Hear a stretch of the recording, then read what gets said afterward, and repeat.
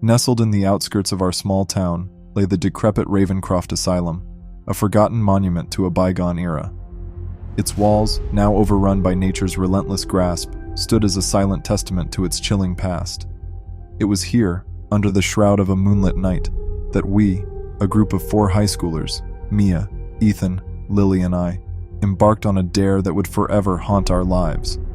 Our plan was simple, yet daring. We waited until the stroke of midnight, ensuring my parents were deep in slumber, before stealthily making our escape.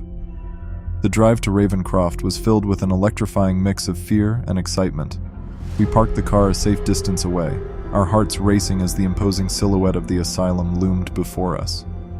Equipped with nothing but our flashlights, bolt cutters, and a crumpled copy of the asylum's blueprints, we ventured inside.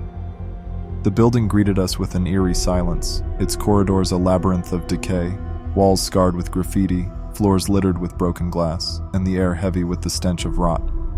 Our target was the morgue, rumored to be the epicenter of the asylum's hauntings. Descending into the bowels of Ravencroft, every step echoed our mounting apprehension. The underground tunnels were a claustrophobic nightmare, damp and infested with scurrying rats. The distant ghostly moans that echoed through the darkness sent chills down our spines. Reaching the morgue, we were greeted by a sight of macabre desolation. Metal shelves that once held the deceased and an ominous surgical table adorned with rusted instruments. Ethan's attempt at humor, daring Mia to lie in one of the body drawers, fell flat, swallowed by the palpable fear that gripped us all. In our bid to escape, Ethan accidentally broke off a doorknob, leading us into a series of increasingly bizarre rooms. One, an office, appeared unnervingly pristine, as if frozen in time. Another room was filled with ominous black strings, reminiscent of a twisted dream catcher, where the air itself seemed to pulse and breathe. Our attempted escape through a window was thwarted by the sight of a security guard's car parked outside. With no choice left, we plunged back into the labyrinth of tunnels, only to find our path blocked by bricked-up walls where doors once stood. The moaning grew closer, a sinister presence chasing us through the darkness. In a final desperate bid for escape, we stumbled upon a large metal door. The security guard on the other side ushered us out with a grave warning, his face etched with an unspoken fear.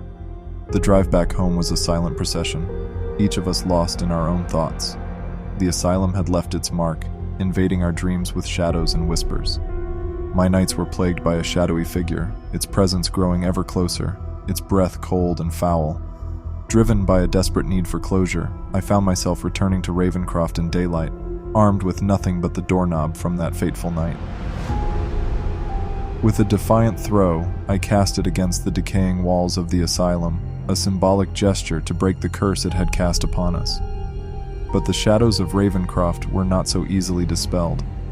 In the days that followed, our lives were overshadowed by the eerie remnants of that night.